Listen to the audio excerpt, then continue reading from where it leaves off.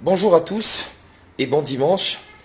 C'est avec beaucoup de choc que je vais vous lire ce témoignage obtenu auprès d'un médecin dans l'affaire du chien qui a tué la petite fille jeudi Njili.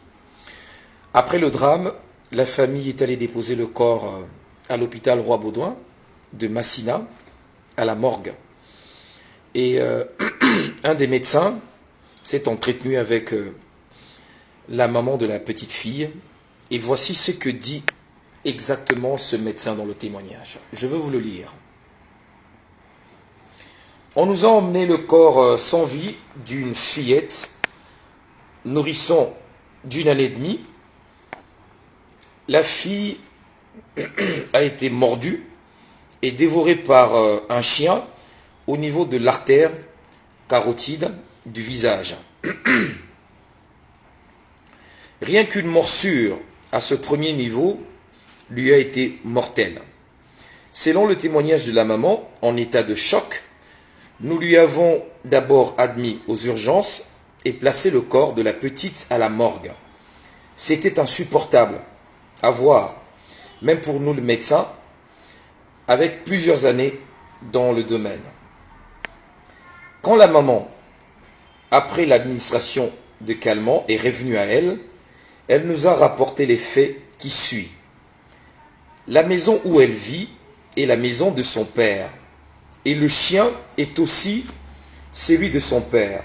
Donc, nous avons compris que la fillette était donc la petite fille du propriétaire du chien. Le propriétaire du chien ne l'avait pas nourrie depuis 3 jours. Il faisait cela souvent. Le chien était enfermé derrière la parcelle, dans la cage, et le matin, le jour du drame, la maman lavait son bébé dans la cour de la maison comme d'habitude, car elle n'aimait pas la laver dans les douches communes. Le bain matinal de l'enfant fini, la maman a constaté avoir oublié de sortir la couche jetable, communément appelée Pampers. Elle est allée en prendre une.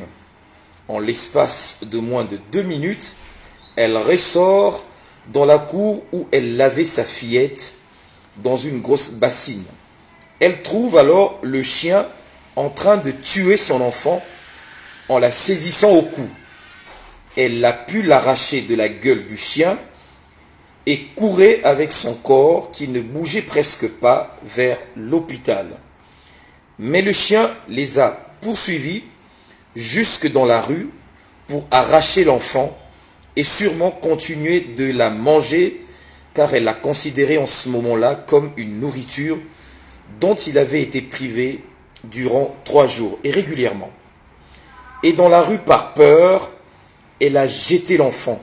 Pour elle, tout s'est vite passé, de l'attaque du chien jusqu'à aujourd'hui.